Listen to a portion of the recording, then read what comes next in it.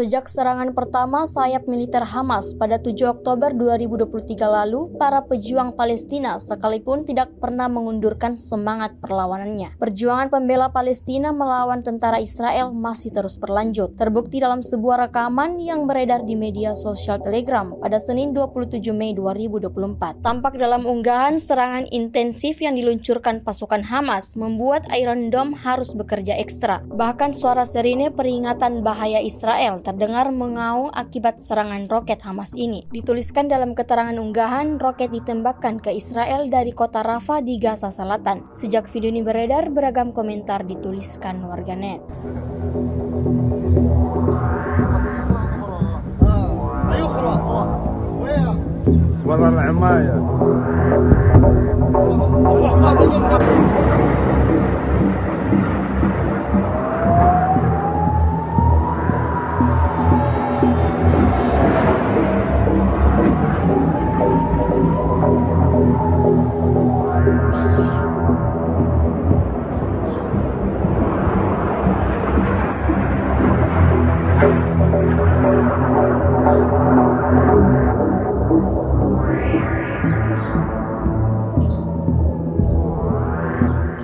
Download Tribun X sekarang, menghadirkan lokal menjadi Indonesia.